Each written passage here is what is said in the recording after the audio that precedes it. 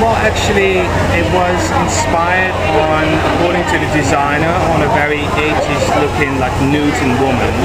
Okay. And they varied in their heads a bit from real luscious big hair, but evolved eventually into something that was a bit more controlled and a bit more graphic in a sense. Okay. However, the hair that we're making today, it's a very elegant, almost like ballerina kind of style, with some shine, you know, on the look as well, but a very easy looking bun. That's what we came up with.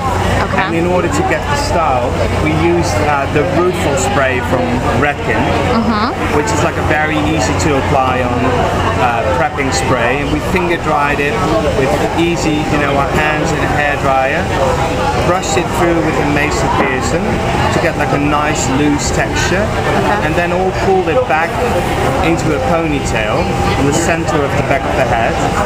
And what we did is we teased the length a little bit to generate a bit of air to, you know, lightness to the hair, and then we twisted it around and laid it down in a very beautiful, elegant ballerina bun.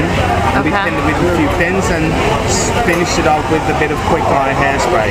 Okay. Now, is the top messy? The top of the hair? I wouldn't say messy, but it still feels like it's not helmety, so it still feels very easy, like it's like finger scrape back hair.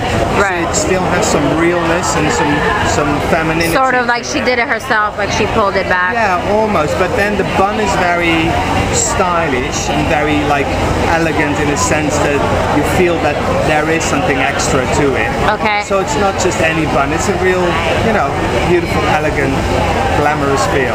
Now, in terms of the texture, you mentioned there was sort of a shininess along the front. Exactly, but the shininess we generated mainly by applying heat to the hair, and the Rutger kind of, as a product, allows us to give the hair the nice workable texture that we need, but also when applying a lot of heat, it brings out a lot of shine into the hair as well. Okay, now can you tell me, before you mentioned that you had started out with this idea of really big hair, what made you decide to sort of scale it back and do the buns instead? Well, I think it's mainly the collaboration between the designer and the stylist that eventually, you know, they were discussing what would look nice and make sure that the collection will come out the way it was supposed to come out, and eventually they kind of decided that it shouldn't be that, you know, very luscious, big, rich hair, but more like something a little bit more graphic that wouldn't distract too much from the collection, I suppose.